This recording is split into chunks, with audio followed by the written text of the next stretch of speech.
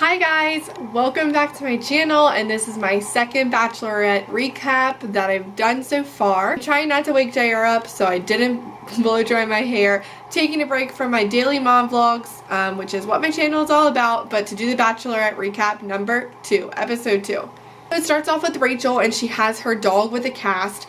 I completely missed that last week. I mean, a lot of people talked about it in the recaps that I watched, and I was like, I missed that one, but this time I saw it because it was kind of the theme of the episode. She looks really good. I always say it, like every time I see her in a cute little outfit, she looks so good.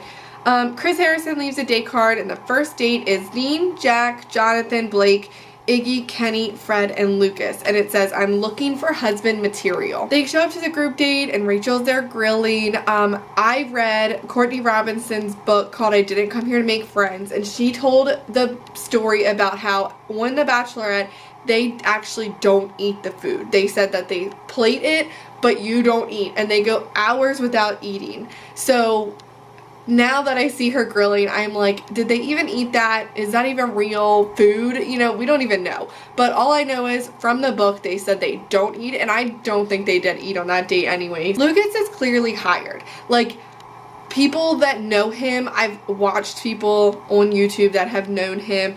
I think he is way too crazy and over the top to not be hired.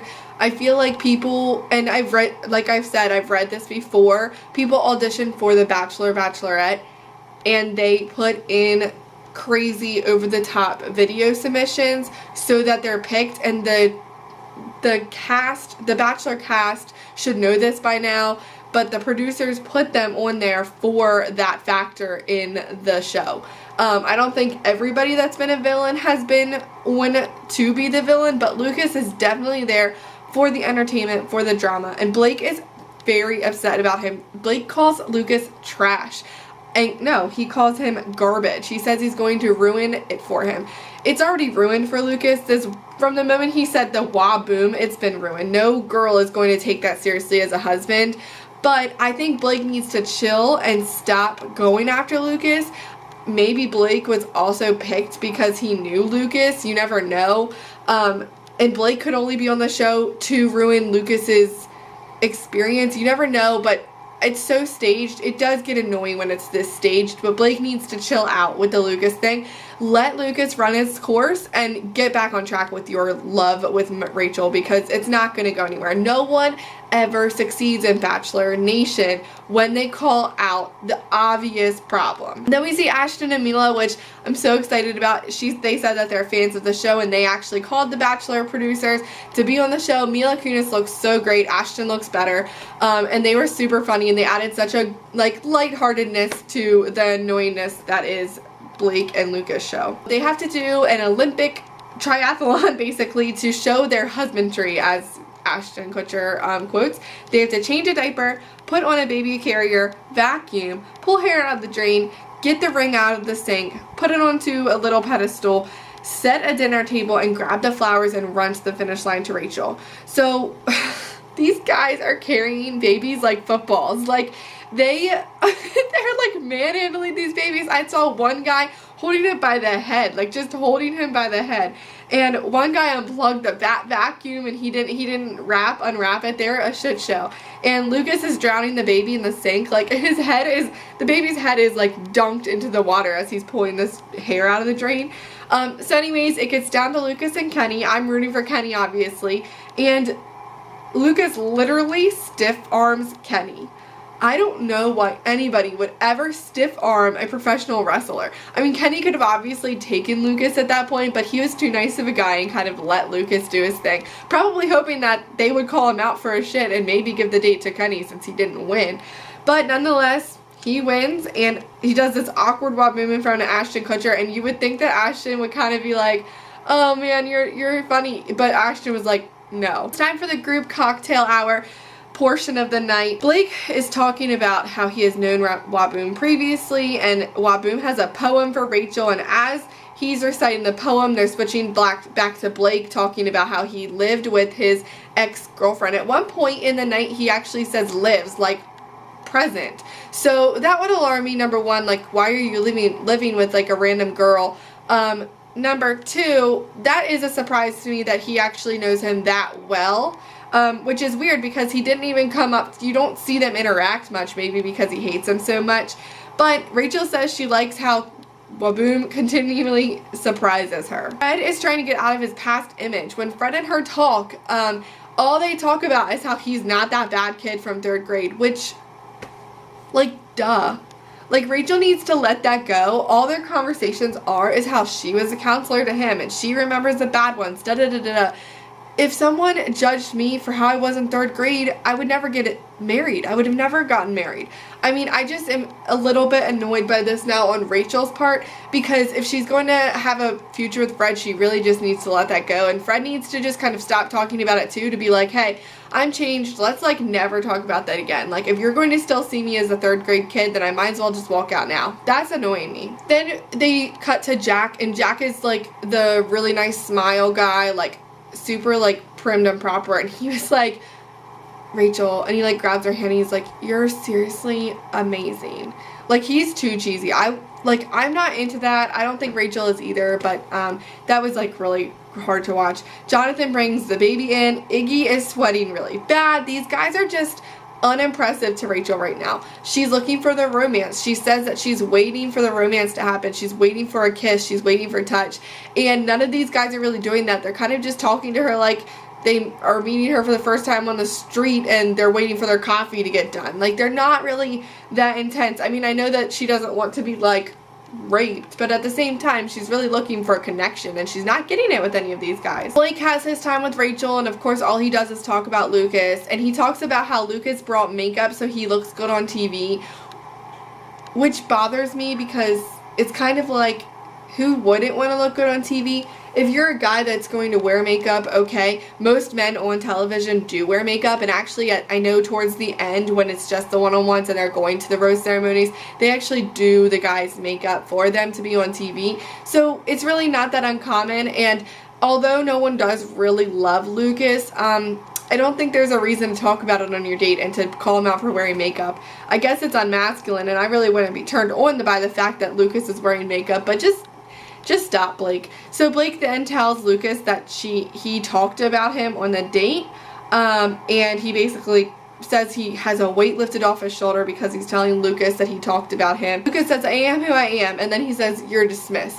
I don't really mind Lucas at this point because he's not being malicious. He's not making fun of other people. He's not being mean to anybody. So in my opinion, I'd rather see him around than like Blake or Lee, who are like clearly trying to intimidate the men and be rude and be villains. Lucas is just there to make it a little bit interesting, to break up some of the sappiness. I don't really mind Lucas. Oh, sorry guys, my camera died, so I had to go to work and come back. So that's why it is now dark. I'm using my little light to give me some sort of light in here.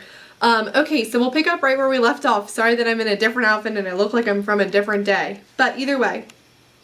So next comes Dean, and I've liked Dean from the beginning. I've watched recaps where people said his face is punchable. I personally think he's cute. I think he's a little bit too pretty boy for me, but Rachel seems to kind of be digging this like preppy white guy vibe. I don't know. So Dean jokes around with her, and he seems like the funny, positive kind of guy without being too immature. He's definitely not afraid to joke around with her, and he definitely leads with his personality and his humor. He's super sweet to her too, and she really feels him. He's really upset by the end of the talk that he didn't kiss her, so it's kind of, you kind of know that that's coming. He was upset he didn't do it, and she was clearly wanting him to do it. Then Kenny sits down with his little sweater, and he looks so cute. He's talking about his daughter, and he talks about how serious he is. He's also kind of upset that he didn't kiss her at the end of it. So I mean, I guess it's a lot of pressure when all of these cameras are around you to kiss on the first interaction. I mean, none of us really go on a date and talk and kiss in the middle of the moment, you know, so it probably is a little bit weird for these guys, but no one is kissing her, and she's obviously annoyed. The rose goes to Dean. Dean walks her out, and then the kiss happens. This kiss is a good kiss. I think that it was just long enough. except for the fact that anybody see that all of Rachel's red lipstick was all over him. I mean, it was like down here on his chin. He clearly was laughing about it. He wipes it off before he walks in, but he definitely sealed the deal with that kiss. So now we're on to Peter's one-on-one date. Peter is so hot. Have I mentioned that? Like, he is by far the hottest guy there. He's driving the car. She says that she's really intrigued by him, which basically means she thinks he's hot. I'm going to sit on my hands so I don't use them so much. So he finds out that they're going to Palm Spring, but she says it's not a one-on-one date. She wants to bring along her friend that was in a serious accident that she hasn't seen in a while. Guys, when we were watching this, you have to know that it's her dog. Like, it's not, you know, it's definitely not a secret that her dog had a cast on and he was in a terrible accident. But what bothers me is not that they're bringing the dog and not that he was so cheesy, like, yeah, sure, like, you're gonna be like, who? But, you know, Peter has to say, yes, of course. Then he says isn't an ex-boyfriend, which he doesn't know about this cast dog, this dog with a cast. But either way, when he asks, I mean, she just got done explaining that he was in a really bad accident. So when he comes out and he asks what happened to him, she says, that's a story for another time. Why aren't they telling us what happened to this dog? Like, why is it such a secret? I think that's going to be, like, what I'm going to want to know this whole season. Not who she picks, but what happened to this dog. Also, does Peter have gray hair? Can anyone answer that to me? I feel like I see a little silver in there. I feel like he does have gray hair. It just makes him hotter, to be honest. So they come to a Who Let the Dogs Out compilation, and it's Bark Fest, which is sponsored, I'm sure, by Bark Box. They're already talking about moving at the Bark Box Fest. The Bark Fest, sorry. They're already talking about moving, which seems different than other Bachelor and Bachelorettes because Nick went his whole season without knowing if Vanessa would move across, you know, move to a different country for him, and they were still trying to figure that out at the top two. But they're talking about moving, and he said that he would be willing to move if the circumstance was right, which that would be the #1 question I would have for these guys is, are you willing to relocate? And whoever said no would just be gone. I think that's like definitely a good topic to talk about, and they're talking about it with such ease. Then they're going to the cocktail portion of their date. She has this beautiful purple dress on. Purple is her color. It looks so good on her. She asks him what his parents think about The Bachelor and The Bachelorette. They talk about how they both have a gap tooth. They talk about how they were both in therapy because of their past relationships. So they have a lot in common, and you can tell she's eating it up. I feel like Peter is a little bit of a robot. I feel like his answers are very generic, and he doesn't seem super sensitive. I think right now she's just blinded by how hot he is, which, I mean, that's all of America is right now. So she gives him the rose, and they have, oh, she also said that she wanted to give him the first date from the get-go. Like, as soon as he got out of the limo and that first night, she wanted him to have the first date. So he kisses her as the fireworks were shooting off. It was typical Bachelor fashion, and it was really sweet. And by the time they go to commercial break, they're previewing this crazy girlfriend, side chick, ex-girlfriend scenario, and by this point, I am 100% thinking it's Demario. I think with the foreshadowing and the way that they said about how he's not there for the right reasons, I think it's Demario at this point. So then they go to the basketball group date, which has Will, Jamie, Diggy, Alex, Lee, Matt, Eric, Josiah, and Demario. They start off with her shooting hoops, and the guys are unloading from the bus and freaking out so much when she introduces this guy that's coming on that is a celebrity basketball player. And I didn't even catch his name. Kamir, I think it is. I don't watch basketball, so you're not going to catch me knowing who he is at all. But he was really funny, and I liked him. She says she has her eye on Demario, and they flirt a lot, and she says that Demario is confident, which she likes, and she wants an assertive guy who knows what he wants. She's made that very clear that she wants a guy that is confident, makes the first move, is assertive. It all seems like it's chalking it up to what Demario is. So then they learn that they're going to play a game in front of a packed house, and Lee looks scared shitless. He looks terrified. Time to play. Purple team against the white team. Eric dances in the middle of the court, and Chris says, if you're gonna dance like that, you better make the shot, which he did not, but don't hate on my man Eric because I think he's funny. Demario is killing it. He dunks, and she says that it's her weakness is athletes. So although Demario tried his hardest, he did not win. The white team won. So they're all sitting in the locker room, and little do they know, drama is happening. When I say drama is happening, This was good drama. I really feel like this was not staged. That girl, she reminded me of Cash Me Outside girl. She was a little crazy. I did see where DeMario was coming from when he was like, do you see this? Like, do you see what I'm dealing with? We all know that she probably was a little crazy, but who wouldn't be when they just got like left in the dust and this guy still has her key apparently, and then she sees him on TV going on to The Bachelor. Bottom line, I'm sure she knew that he was not trustworthy while she was dating him, and I liked how she just like put it out there and was like, he stayed at my house and he had sex with me. I'm pretty sure she like was up front with it. I love how this girl was going off and then Rachel was talking and then DeMario, and it was a shit show. But let me tell you my favorite part. He was just talking to her like everything was cool, and he's like, oh, who's this? He did not commit to anything. He wasn't going to commit to denying, and he wasn't going to commit to, okay, I did this. When he first was like, oh, I know you, and then he like cut off and was like, who's this? It was hysterical. I was laughing hysterically. I thought it was so funny. It was true dirty douchebag guy fashion. He did not know what to do in the split moment, and I would have loved to be there in person to watch this. It was good enough watching on my TV screen, but those cameramen, I can't believe they didn't bust up laughing. So she's starting to get really annoyed as the time goes on, and she gave him a chance. She was definitely in her lawyer fashion. She was definitely ready, like, okay, you have the floor, DeMario. Like, tell me what I'm going to see on her phone. And if anybody has dealt with girls, once they get something, like, she was seriously like, oh, girl, let me show you this paper trail. You don't let a girl get a hold of your messages. He should have owned up to it right then, but he tried to circle around it. If he knows what's on those messages, own up to it so you're not even more humiliated on national television.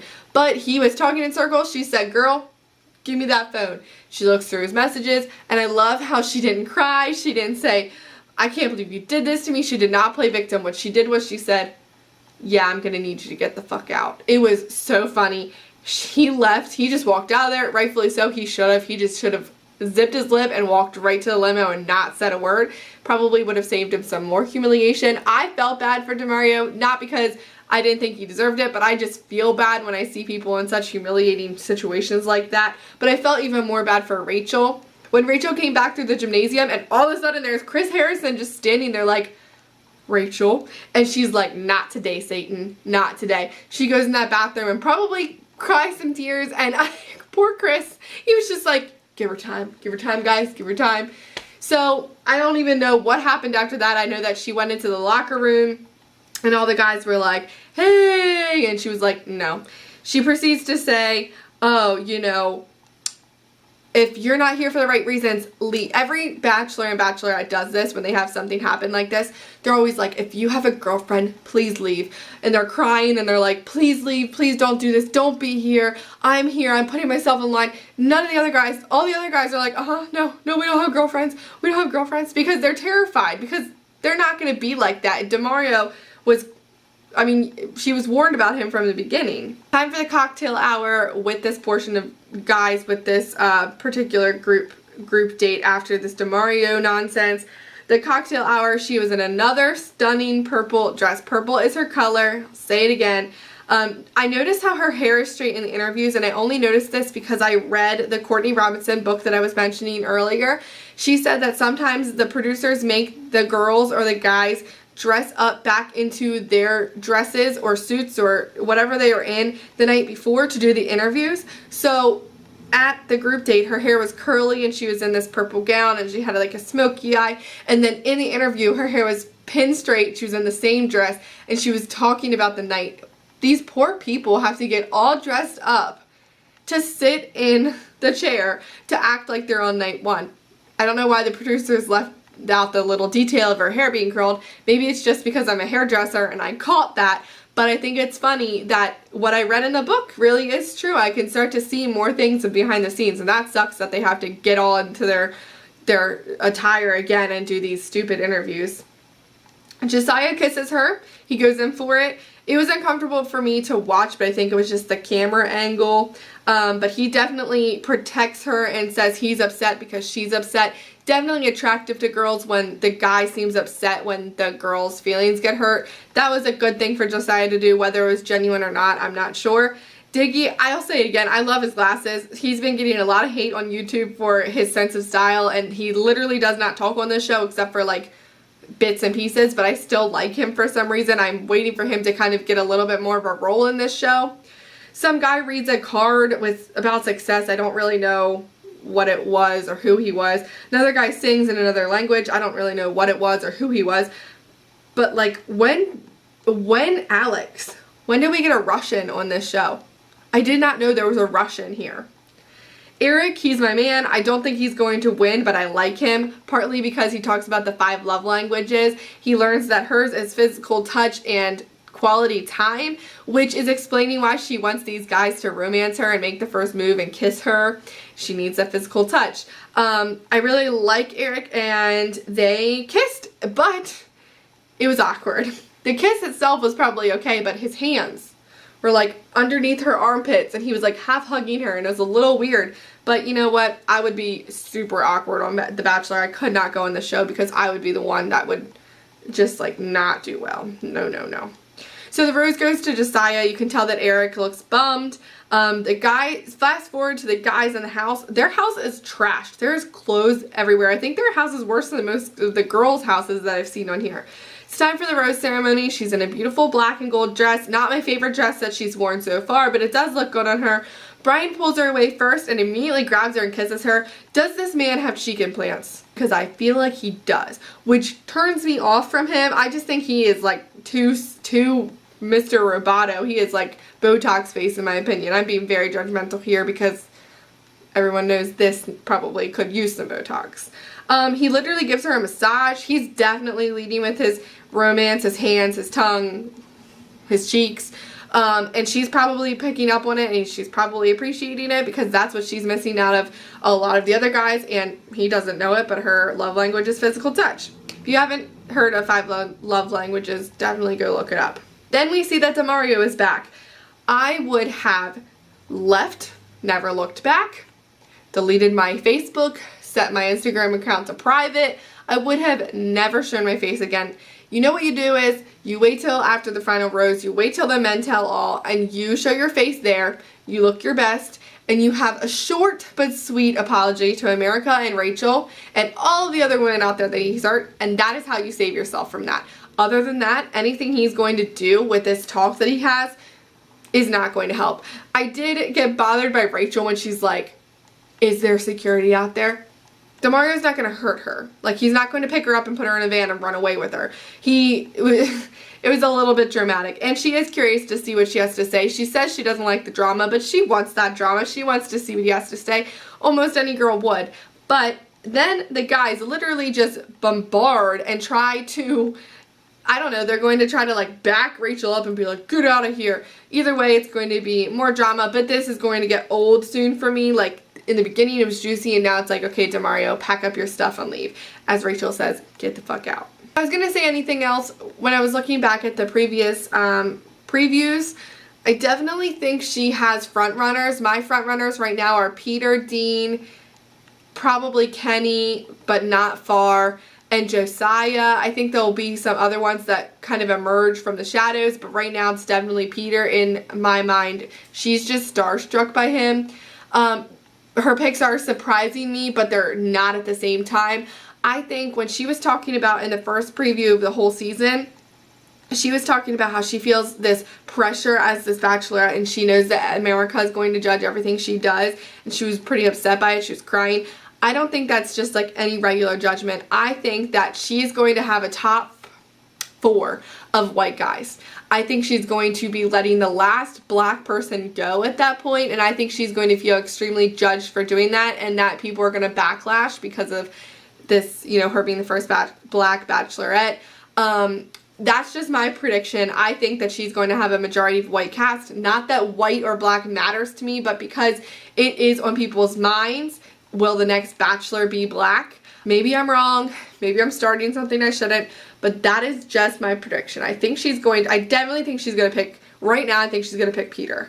But I definitely think she's going to have some worry about how they're going to feel about that. Thanks so much for watching. I'm going to be doing the recaps after every Monday episode. I love The Bachelorette. If you liked me, if you thought I was entertaining in the least, go ahead and hit subscribe so you can see more recaps. Also, I do daily mom vlogs if you're into that kind of thing. You can also watch my other videos. Other than that, I hope you have a great day, morning, or night. Bye.